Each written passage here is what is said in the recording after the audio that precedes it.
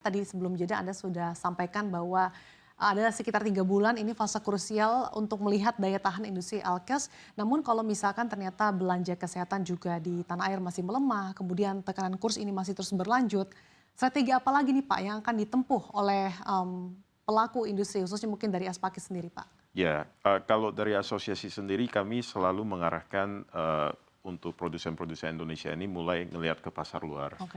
mulai jajaki pasar ekspor, karena ya dengan adanya perang dagang dan lain sebagainya ini kita melihat ada pocket-pocket opportunity yang bisa kita penetrasi begitu ya.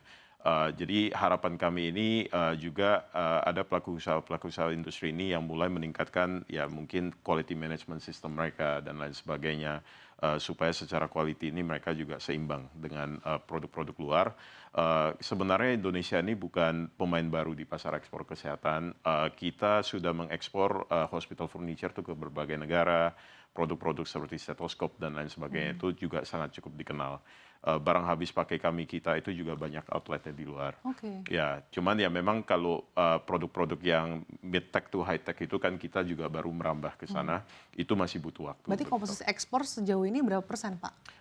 Komposisi ekspor saat ini mungkin masih sangat kecil kalau dibanding domestik ya, karena industri alat kesehatan ini mungkin historinya tidak sepanjang farmasi. Kami ini baru mulai bergerak itu mungkin sekitar tahun 90-an dan lain sebagainya, Oke. dan itu cukup stagnan sampai masa COVID ya.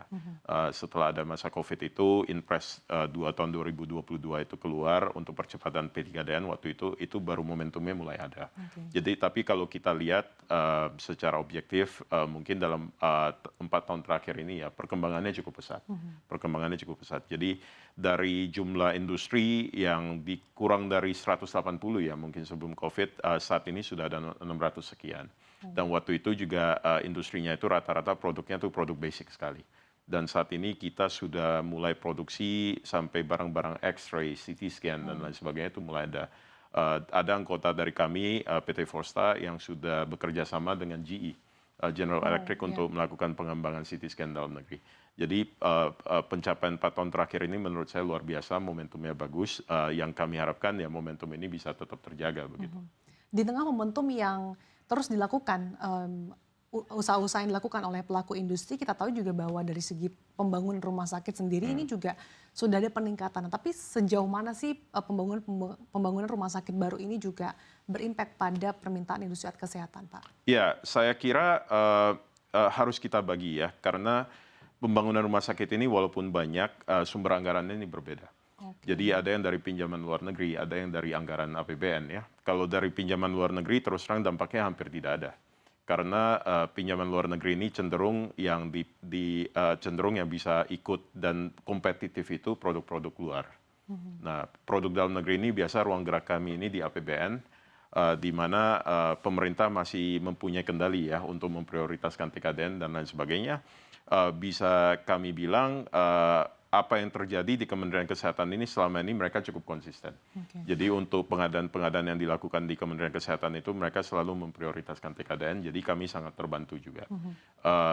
Namun ya kalau di daerah ini tidak selalu ini ya secara pelaksanaan, jadi itu yang kami sudah komunikasikan dengan Kemenkes juga, dan kami berharap Kemenkes juga bisa istilahnya mengkoordinasikan dengan mereka supaya tata cara pengadaan dan prioritas TKDN ini tetap terjaga begitu. Oke, terkait dengan TKDN, kemudian penguatan di hulunya sendiri, Pak. Sebetulnya apa sih yang perlu menjadi perhatian atau prioritas bagi pemerintah untuk dikuatkan, Pak? Apakah memang harus menguasai dari segi bahan baku atau komponen intinya, Pak? Ya, kami kira saat ini ini selalu economy of scale kalau kita sudah bicara ke hulu ya. Oke. Karena terus terang pasar alat kesehatan Indonesia sendiri pun bukan tergolong pasar yang sangat besar. Jadi contoh sebagai perbandingan, belanja alat kesehatan kita itu setara dengan Vietnam per tahunnya ya, sekitar 2,4 sampai 3 sekian billion US dollar. Ya. Di mana kita punya penduduk itu 3 kali lipat mereka. Jadi Indonesia ini saat ini belum pasar ini belum besar ya, dan oleh karena itu kalau kita harus ke hulu, maka kita mungkin harus ada dukungan dari pemerintah untuk membridging. Jadi dalam arti apa ya, contoh kalau misalnya tadi Chandra Asri memproduksi PP medical grade dan Masalahnya itu di alat kesehatan ini bahan baku kita tuh harus khusus medical grade. Nah, jadi bukan barang umum. Ya. Dan itu hanya bisa dijual untuk pengguna-pengguna produsen-produsen alat kesehatan saja. Ya, kalau ekonomi of scale saat ini tidak ketemu, harapan kami mungkin pemerintah bisa membantu dalam hal membuat procurement company atau bagaimana untuk menadah dulu ya. Lalu yang sebagian itu mungkin bisa diekspor karena quality yang kami lihat ini cukup baik. Nah, jadi dengan begitu bisa ketemu volumenya, biayanya bisa turun. Dan industri dalam negeri juga mungkin bisa benefit dari itu. Itu salah satu cara. Yang kedua adalah bagaimana kita mungkin menarik investor luar ya. Jadi orang yang punya teknologinya dan lain sebagainya yang melihat Indonesia ini sebagai opsi untuk membuat mungkin hub factory dan lain sebagainya itu mereka bisa masuk membuat itu untuk ekspor juga. Ya. Nah, itu mungkin beberapa alternatif yang bisa kami sampaikan. Tentu pemerintah saya yakin punya lebih banyak instrumen dan cara ya untuk memulai itu. Oke, tapi kalau dari segi SDM apakah sudah cukup mumpuni Pak di Indonesia? Itu pertanyaan yang sangat baik. Tergantung. Saya kira tergantung dari produknya juga. Kalau untuk produk-produk yang low tech dan lain sebagainya itu masih bisa di training ya menurut saya. Namun kalau untuk medium dan high tech ini kami sangat kesulitan. Terutama kalau kami sudah mulai bergerak ke arah inovasi, riset dan pengembangan ini masih sangat-sangat terbatas. Nah, jadi memang kalau kita bicara kemandirian dan lain sebagainya, ini juga sesuatu kemandirian alat kesehatan ini harus punya definisi yang lebih jelas saya rasa ya, dan approach kita ini harus praktikal, pragmatis ya, dan realistis. Dan kalau kita lihat kan sebenarnya thread-nya ini bisa dua. Kita ini mau mandiri dari Mas Pro atau mandiri dari riset dan inovasi ya. Contohnya yang bisa mandiri dari riset dan inovasi, contoh yang saya alami sendiri itu di India ya. Mungkin India mereka tuh sangat sukses membangun industri fabless semiconductor yang mereka ya. Walaupun mereka tidak produksi, tapi mereka secara R&D ini mereka bisa mengembangkan. Indonesia dengan berbagai kemampuan kita, sumber daya manusia kita sebenarnya bisa. Dan itu proses yang membutuhkan waktu juga, membutuhkan regulasi yang mendukung dan lain sebagainya. Namun kalau misalnya kita mau ngambil approach seperti China, kita mulai dari mass production dulu, bertahap kita naik ke R&D, itu juga bisa.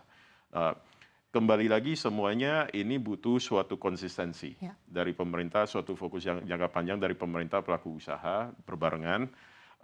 Nah, tanpa adanya suatu dorongan untuk industri kesehatan ini menjadi program strategis nasional, ini sangat menantang.